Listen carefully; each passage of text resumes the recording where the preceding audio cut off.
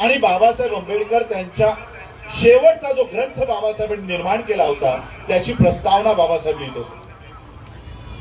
शेवटच्या श्वासापर्यंत बाबासाहेब आंबेडकर त्यांच्या परिवाराची काळजी करत नव्हते की मी गेल्यानंतर माझ्या संपत्तीची विल्हेवाट लावण्यासाठी, माझ्या संपत्तीची वाटणी करण्यासाठी बाबासाहेब त्यांच्या प्रॉपर्टीची विल तयार करत नव्हते. काय करत होते माहित आहे? बुद्ध आणि त्यांचा धम्म हा ग्रंथ पूर्ण करत बसले होते. का तर मी गेल्यानंतर माझ्या समाजाने, माझ्या अनुयायांनी, माझ्या लोकांनी बुद्धाचा धम्म व्यवस्थित पालन केला पाहिजे यासाठी शेवटच्या श्वासापर्यंत तुमच्यासाठी तो ग्रंथ तयार करून जात होते. बाबासाहेब आंबेडकरांनी आम्हाला हा धम्म का दिला? मी एकदम शॉर्ट मध्ये सांगतो कारण पुन्हा गायनाला पण वेळ दिला पाहिजे. बाबासाहेब आंबेडकरांची संपूर्ण चळवळ एक 5 ते 10 मिनिटात तुम्हाला सांगू इच्छितो. 1917 साली बाबासाहेब आंबेडकर त्यांचं उच्च शिक्षण पूर्ण करून भारतात परतले. भारतात आल्यानंतर भारतामध्ये एक प्रमुख घटना त्या साली घडत होती, ती म्हणजे साऊथ ब्युरो कमिटी आणि सायमन कमिशन भारतात येणार होतं. हे सायमन कमिशन भारतात आल्यानंतर भारतातल्या लोकांची पाहणी करून त्यांना मतांचा अधिकार द्यायला या देशामध्ये पाठवण्यात येणार होतं.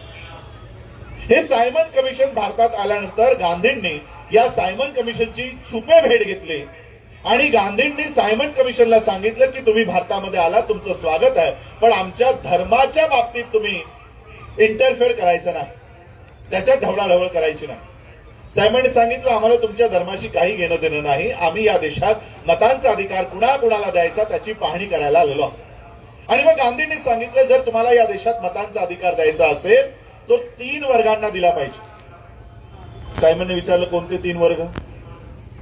गांधींनी सांगितलं या देशामध्ये जी लोक 8वी पास झाल्याचा पुरावा दाखवू शकतात, ज्यांच्याकडे 8वी पास झाल्याचा पुरावा आहे अशा लोकांना मतांचा अधिकार द्या. जी लोक टॅक्स भरतात, इन्कम टॅक्स, प्रॉपर्टी टॅक्स, त्याच लोकांना मतांचा अधिकार द्या. आणि 3रा वर्ग राजे, महाराजे आणि संस्थानिक या 3 वर्गांना मतांचा अधिकार मिळाला पाहिजे. ही माहिती बाबासाहेब आंबेडकरांना मिळाली.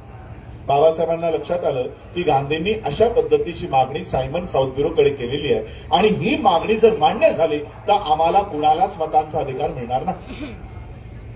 बाबासाहेब आंबेडकर सायमन कमिशनला सगळ्यांसमोर भेटायला गेले.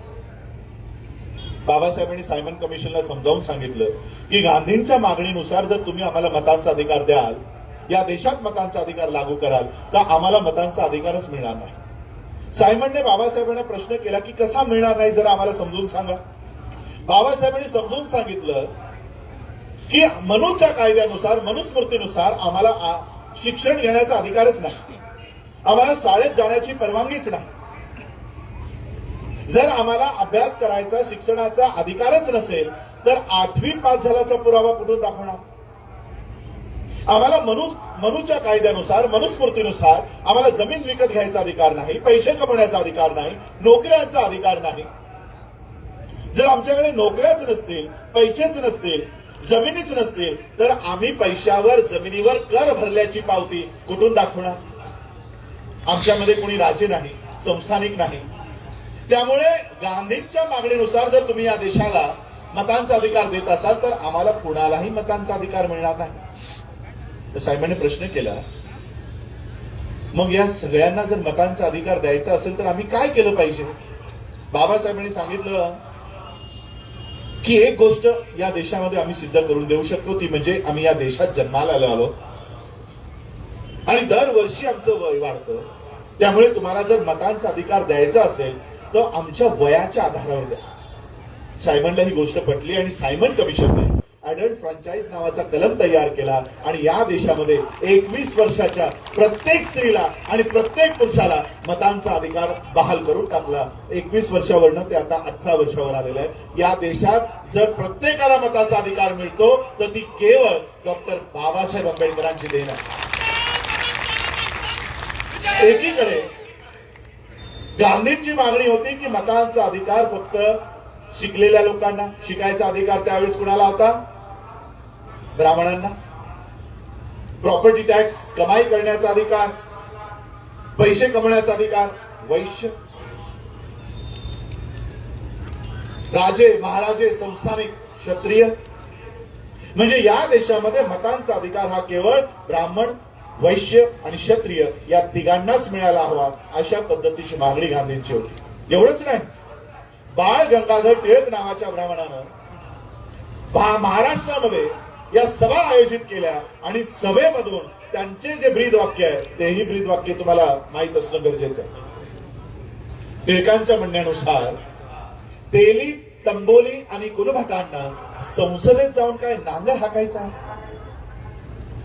हे वाक्य आहे बाळ गंगाधर टिळक याचं. जे कुणबी जे मराठा त्याच फडणवीसाचा